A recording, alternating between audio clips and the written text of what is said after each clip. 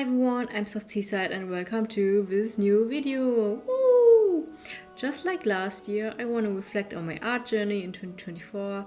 This will be the main part of the video, honestly.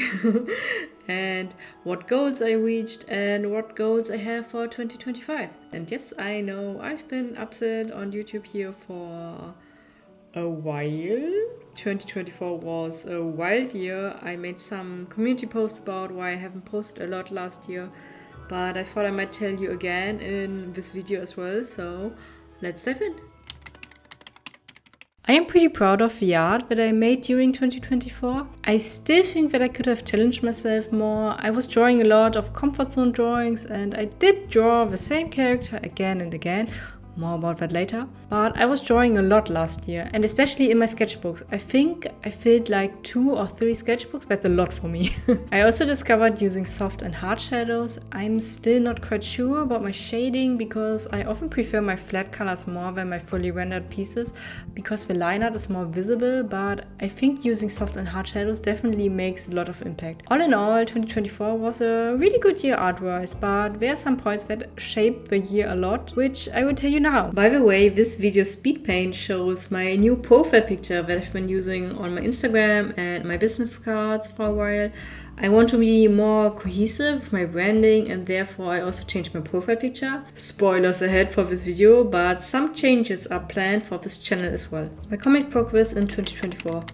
If you're new to this channel, I talk a lot about my discontinued comic, AC New Insights, that I drew for 12 years. I talk about it here on my channel and how I'm working on a reboot for my baby. And I mainly created this channel just to hold myself accountable, to prepare and to work on it. And in the beginning of last year, I finally decided to start drawing the first chapter and I was so motivated. I had a routine going on and all, but then I had some health issues, which persisted for about 2 months. This totally messed up with my discipline and my routine to work on my comic, and then something else happened. We will talk about that in the next main point, which was kind of a reason that I haven't drawn on the comic for months. But as for right now, I'm back at drawing my comic. I bought myself a tablet now so I can draw whenever and wherever I want. This helps a lot. I'm still working full-time, so with my tablet I can draw in bed when I'm too exhausted to sit because I've been sitting for 8 hours straight. I can draw on the bus, I can draw during meetings and in class. It helps a lot. I also changed up my working process. While working on my old comic, I worked on 2 to 4 pages at the same time and I finished them chronologically. Then one day I got Clip Studio EX so I could have this neat overview of all pages. It kind of led me to believe that I should sketch my whole storyboard in there and then line and then color everything. So I started sketching a bunch of pages and then lined them, and this just doesn't work for my ADHD brain at all. By the way, I got diagnosed and I take meds now, yay! Seeing how much work is still there to be done completely demotivates me.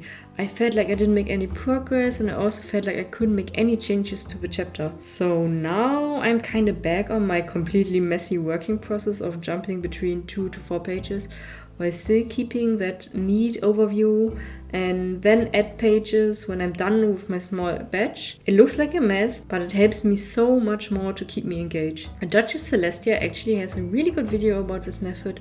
I think it's called batching.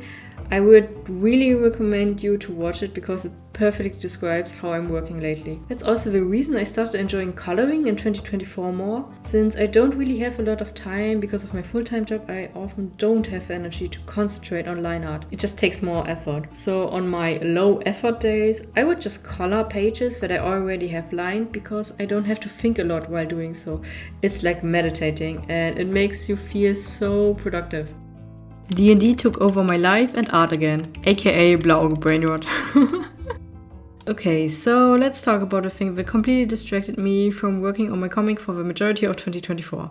As you peeps know, I love playing D&D and I love creating OCs and create elaborate backstories, and I like to give my PCs a lot of depth. As some of you know, Neon, my main D&D character, sailed for 2 years with a merchant ship before our main campaign started, and I designed a whole crew for her backstory back then. I got really attached to them and I always wanted to see them appear in our main campaign, but because course, that never happened. I suggested that I could run my own small D&D campaign with starter set Dragons of Stormwreck Isle, to be precise, as long as the main campaign is on hiatus. So I could get them out of my system and also to help my DMs to get the vibe of the crew so they could play them easier as NPCs, should they ever appear. Well, my mini campaign was supposed to run only for a few months, just from level 1 to 3, and now it has been a year and something else happened. To keep it short, I accidentally got completely obsessed with one of my crewmates' NPCs, Blauauge, a sailor barbarian tiefling who was also supposed to be my backup character for Neon,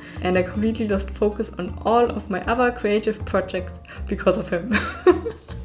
I already liked him back in 2021 when I designed the whole crew, but in 2024, Homeboy came back into my life, infested my brain so badly that I completely got distracted to work on my comic, filled 3 sketchbooks with him, made me start drawing smut, made me commission a lot of art of him, and all my mutuals connect me with him, even though he's not even my main OC.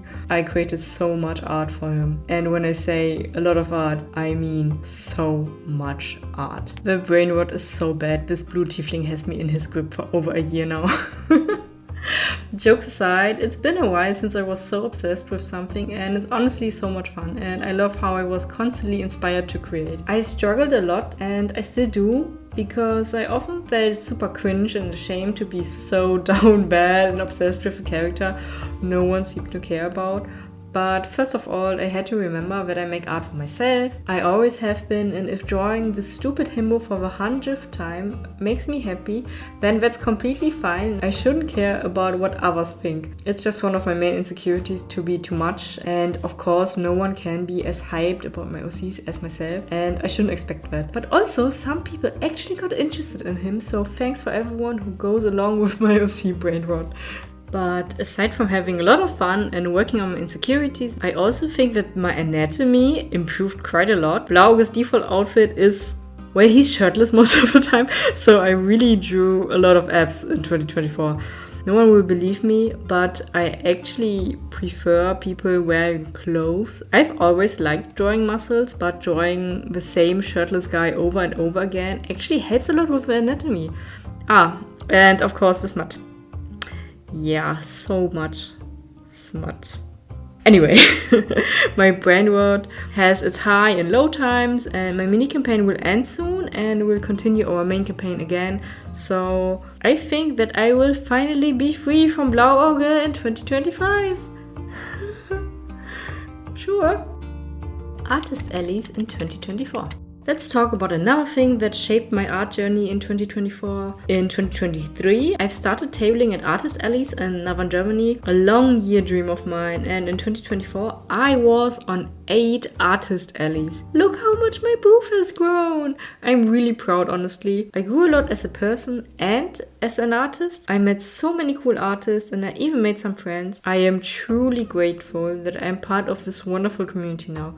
However, being a convention artist takes so much energy and time. I still have a full-time job, and because my weekends were so busy with attending conventions or preparing for conventions, I had barely time for my other creative projects like my comic, plus I was DMing my own campaign. It was great that I was accepted to so many conventions in 2024, but this year I'll try to apply to only the ones I really want to go. By the way, if you wondered why there's a duck on my profile picture, that's Side, my mascot. You gotta know that my bestseller products at my booth are my cute duck stickers. And since I want to establish my brand better, I designed this little fella. There's more to come, but let's talk about this later. As a side note, I also think my graphic design skills improved. My apprenticeship is paying off after all. I also wanted to make a video about my experience as a convention artist since 2023, but I was just so busy. Maybe this year. Goals from 2024. Let's do a quick summary of the goals that I set in 2024 and see what I achieved. Learn the fundamentals. I tried a bit of arm studies for reasons. Well, as I said, I guess you could say that I improved my anatomy. Can't draw spicy art and being bad at anatomy, or it will look bad. But yeah, I do want to be more active on studying anatomy more. passive and active income streams, and an art shop. Active income streams would be conventions. That being said, I can't really talk about it being an income stream because I don't really gain a lot, and the money I get from conventions I immediately invest for improving my booth. My sales are improving with every convention though, and I think we are getting there. For passive income streams, nothing happened, but I'll work on it in 2025. And about that art shop, yeah, maybe when I'm finally getting paid properly after finishing my training. I have no time for that. Launching my comic. Don't look at me, okay? but I'm working on it, and maybe I have a new reboot ramble plan, huh? Creating more products for conventions and upgrading to better art equipment. Check, I got a new tablet, and just a few days ago I got a new printer, so hell yeah, more stuff to come. Goals in 2025. And last but not least, let's talk about what I want to achieve in 2025. If there's one thing I learned last year, it is that I should give a less fuck of what people think of me. So the most important goal for me in 2025 is to be more cringe and free and unhinged. Hell fucking yeah. Next goal, try attending less conventions and focus on my long-term projects more. Third, get that first chapter done. 4, making at least one YouTube video in 2025, which is this one. Woo! I'll be honest, I can't promise that 2025 will be the year in which I make my big YouTube comeback, because I'm still working full time and I will have my finals at the end of this year. I do want to do less conventions and focus more on my comic and my online presence, like my YouTube channel, but I don't know what life will come up with next. But what I can tell you is that I want to revamp the look of my channel a bit to better suit my brand that I've developed through the Artist Alleys. That means new sprites are coming, new layout, more appearance of sites. It will take a while, but I really want to update the look of this channel, so stay tuned for that. And on another note, I was also thinking about dipping my feet into art streams. Would you peeps be interested in that?